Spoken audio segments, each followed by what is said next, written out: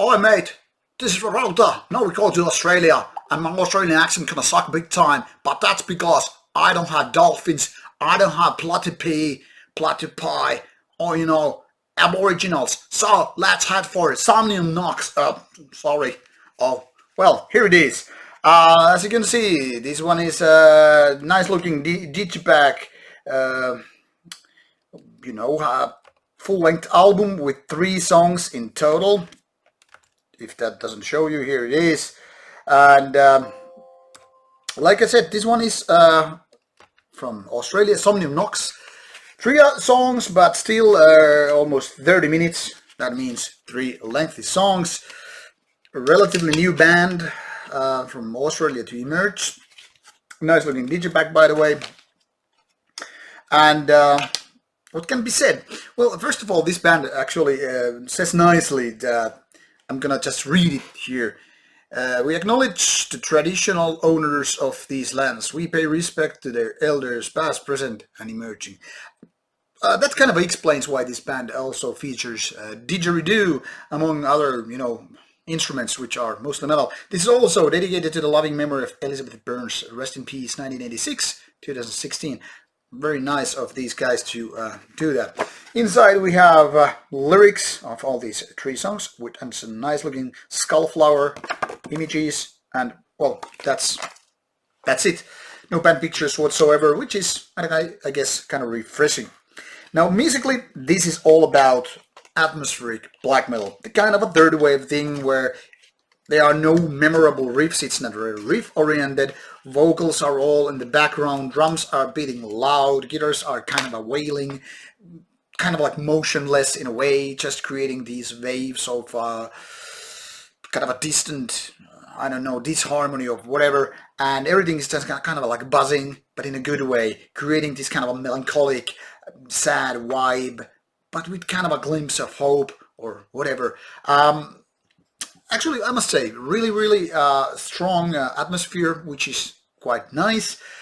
But as it's so often the case with lengthy songs and no memorable chorus parts or catchy riffs and whatever, this is kind of one of those acquired taste albums. You really have to be able to just get sucked in this kind of atmospheric buzz, and then you just like flowing like in a dream, or place with no gravity or whatever, because this is not that kind of an album you just, hey, you need to hear this riff, let's get our cans of beer open while driving to the venue to see some bands and bitches. No, this is kind of like a soothing experience, even though it's black metal. And it's kind of a interesting and also kind of a confusing decision to put all the vocals really on the background. I mean, you basically pay attention to them until you actually do that, kind of like forcing yourself to figure out what is happening there with the vocals. They just screamed and crowed. They're like croaked in a way of like crows and ravens and whatnot. It's not like they are bad, but they are, in my opinion, way too much in the background. Also, the guitar's buzzing sound is kind of like drowned by drums. That is also something that some people totally enjoy and are fine with, and some people are just like, oh, this is not gonna fly, doesn't it? What can I say about the overall feeling is that I kind of like it, but it feels like this album was rushed. It was quite quickly created by the band after they were, the band being founded, like a year after or so, maybe even less. And as such, I feel that little extra time might have done a lot of good for this album, because I sense a lot of potential of this band to be much greater than what this album is. And make no mistake, this is a quite a good album. I think I can mostly recommend this one, but not to people who are, say, mostly into riff-oriented music, riff-driven music for riff-oriented people.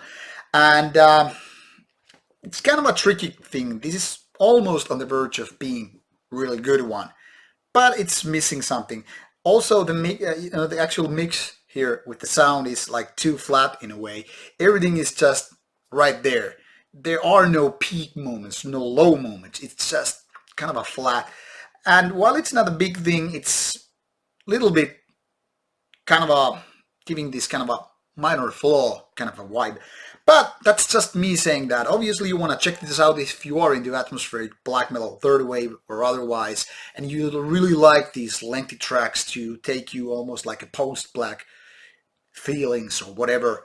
Nice use of didgeridoo too, by the way, which I also hope to be a little bit more on the front than on the back in the background. But nevertheless, give this one a chance. It's not like too often you get these good debuts, especially from Australia. So check it out, and looking forward to your comments. See you soon.